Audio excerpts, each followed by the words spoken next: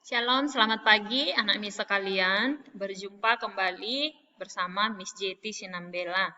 Nah, hari ini kita akan mempelajari bab yang baru di semester ini, yaitu tentang teorema Pitagoras. Nah, kenapa disebut dengan teorema Pitagoras? Karena teorema Pitagoras ini ditemukan oleh seorang penemu dari Yunani yang bernama Pitagoras, ya. Jadi karena namanya Pitagoras, dibuatlah nama teoremanya adalah teorema Pitagoras atau sering juga disebut dengan dalil Pitagoras, ya. Nah, seperti apakah itu teorema Pitagoras? Nah, kita akan bahas di sini. Pitagoras mengatakan bahwa kuadrat dari sisi miring segitiga sama dengan jumlah kuadrat sisi tegaknya. Jadi inilah hasil temuan dari si Pitagoras itu ya. Sekali lagi, kuadrat dari sisi miring. Ya, suatu segitiga sama dengan jumlah kuadrat sisi tegaknya. Nah, jadi kalau kita lihat di sini ada sebuah segitiga ya, tapi teorema ini hanya berlaku untuk segitiga siku-siku. Nah, bagaimana segitiga yang lain? Nah, itu tidak berlaku ya. Berlaku teorema ini hanya untuk segitiga siku-siku. Masih ingat ya, segitiga siku-siku bagaimana? Kita sudah belajar di kelas 7 ya. Biasanya kalau dia siku-siku selalu ada tanda seperti ini ya. Ini kamu lihat panahnya ini ya. Nah, kalau sudut siku-siku berarti besar sudutnya 90 derajat. Nah, di sini kuadrat dari sisi miring. Sisi miring yang mana ini? AC atau sisi C. Ya. Kemudian jumlah kuadrat sisi tegak. Kuadrat sisi tegak yang mana? Sisi tegaknya yaitu AB dan BC. Berarti jumlah dari kedua-duanya ini. Itulah hasil dari AC. Nah, jadi kalau misalnya kita lihat dari sini bisa kita buat rumus Pitagoras itu atau teorema Pitagoras itu ya. AC kuadrat, kenapa kuadrat? Karena di sini tadi kuadrat. AC kuadrat berarti ini panjang AC atau bisa kita buat dengan C. Sama dengan AB kuadrat berarti panjang AB ditambah BC kuadrat ya, panjang BC kuadrat. Karena di sini tadi jumlah kuadrat sisi tegaknya. Atau bisa juga kita buat C kuadrat ini yang C sama dengan A kuadrat tambah B kuadrat. Ya, itu sama aja. Ya. Nah, jadi kalau misalnya kita lihat dalam segitiga ini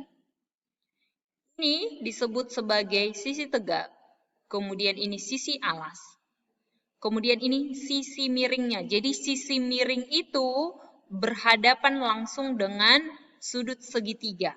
Ya, sudut siku-sikunya itulah sisi miring. Jadi sisi miring itu selalu yang lebih panjang. Ya, selalu yang lebih panjang. Nah, untuk contoh soalnya kita perhatikan.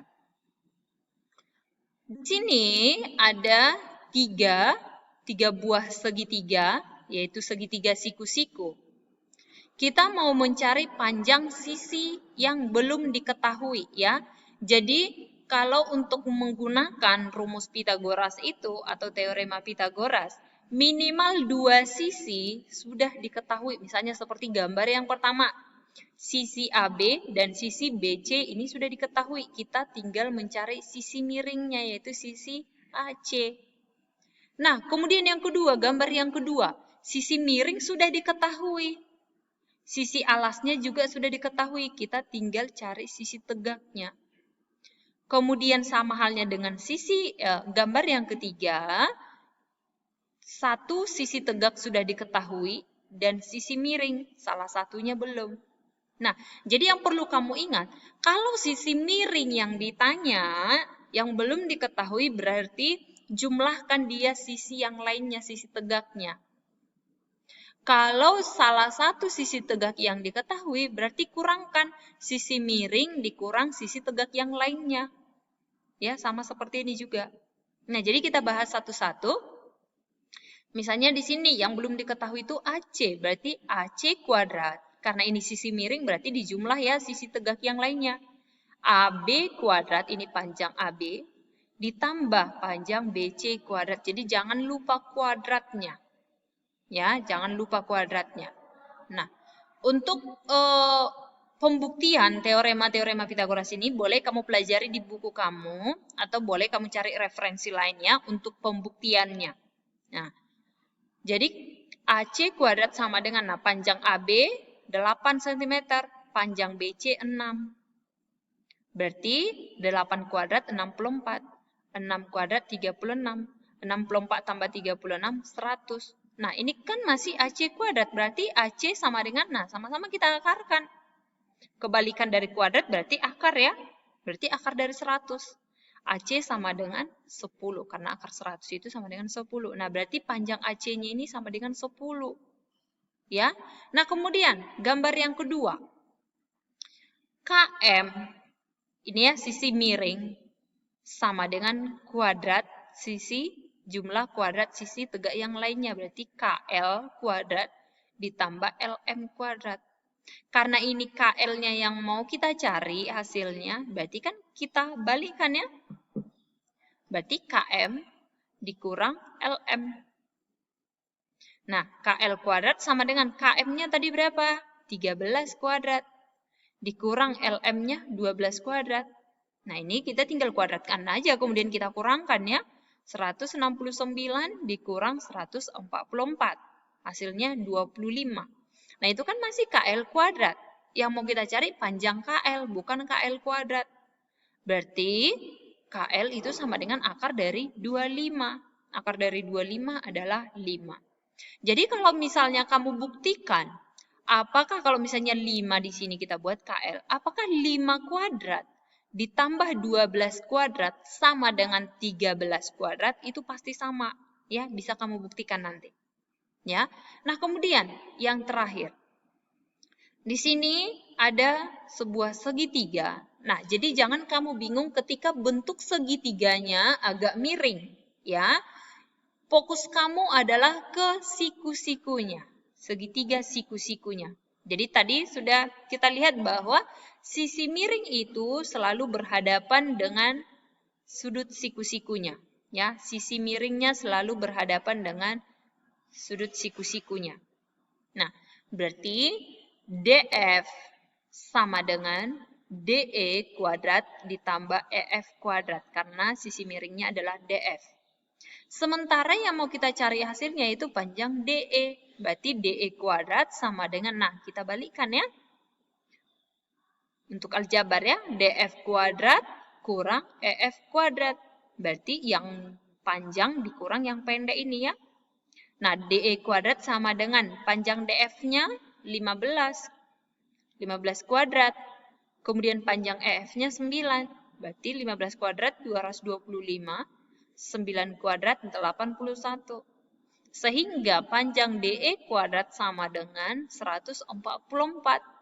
Nah, tapi ini masih kuadrat.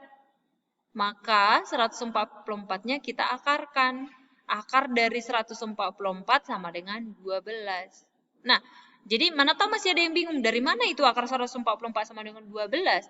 Nah, 12 kuadrat sama dengan 144. Ya, itu kebalikan kuadrat dengan akar. Ya.